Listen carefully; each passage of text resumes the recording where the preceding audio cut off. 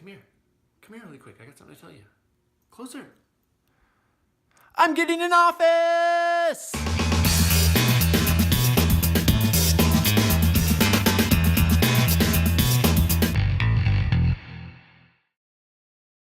That's right. You heard correct. I turned my guest room into my very own office space.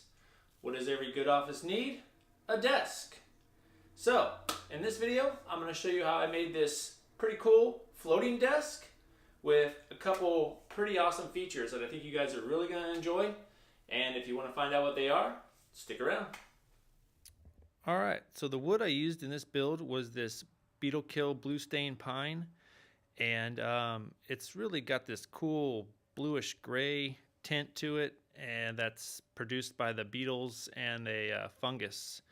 And the beetles also make these little bore holes, which I'm going to be filling with resin, so they won't be an issue when riding on the top of the desk or anything like that. The desktop itself is a tongue and groove, and then these are just 4x8, 3/4 inch wide planks that I'm going to be using for the trim along the sides.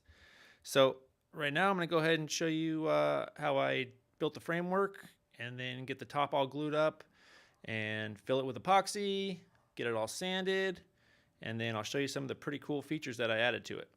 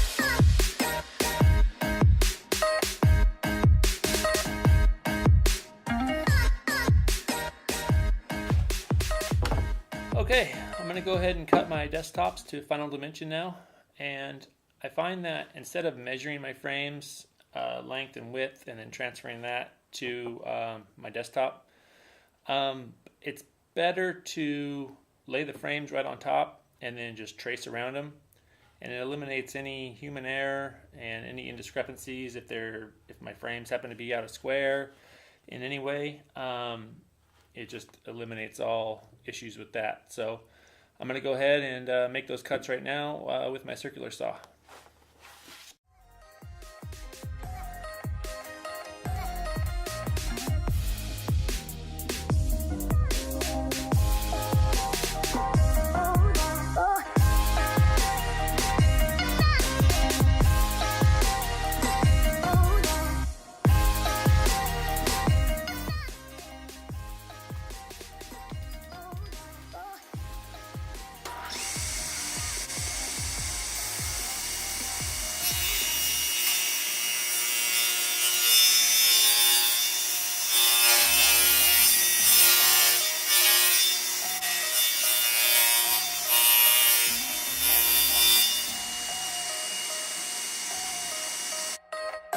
The desktop had a little bit of cupping due to the tongue and groove joints meeting up, so it was a little bit raised up off the table on the edge there. So I just had to basically push it down as best I could to get a nice straight cut.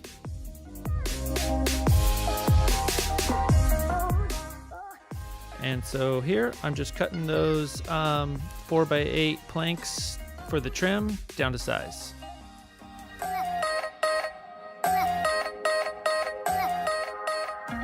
So because I don't want any cords to be visible underneath my desk, I'm going to install this outlet right into the desktop itself.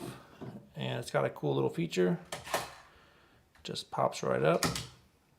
It's got 3 outlets on it and should work perfectly. So I'm going to go ahead and install that now.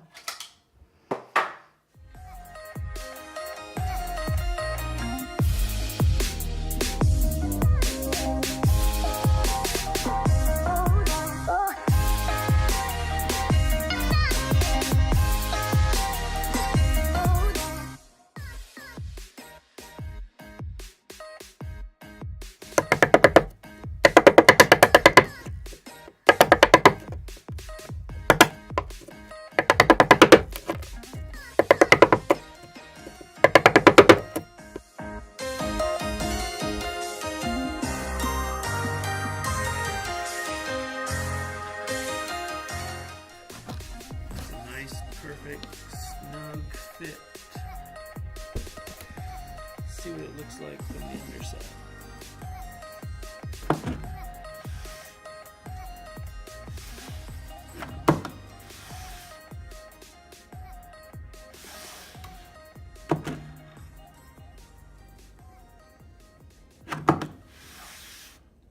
Alright, so these are just about ready to install. I'm going to install the frames up in the office and do the electrical, and then we'll get the rest installed.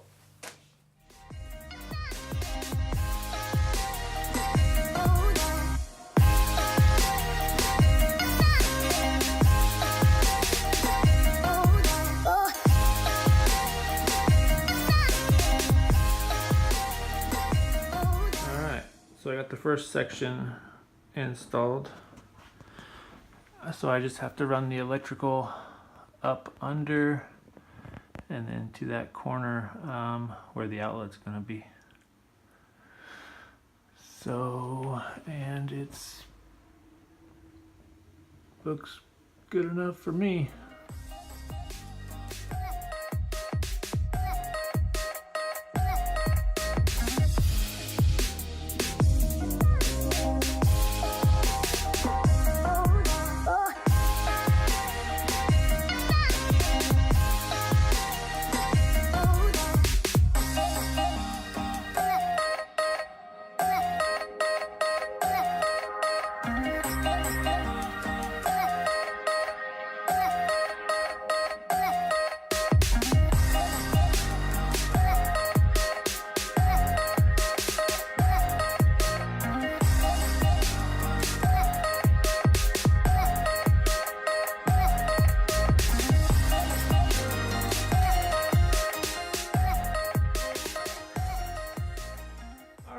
There you have it, the floating workstation.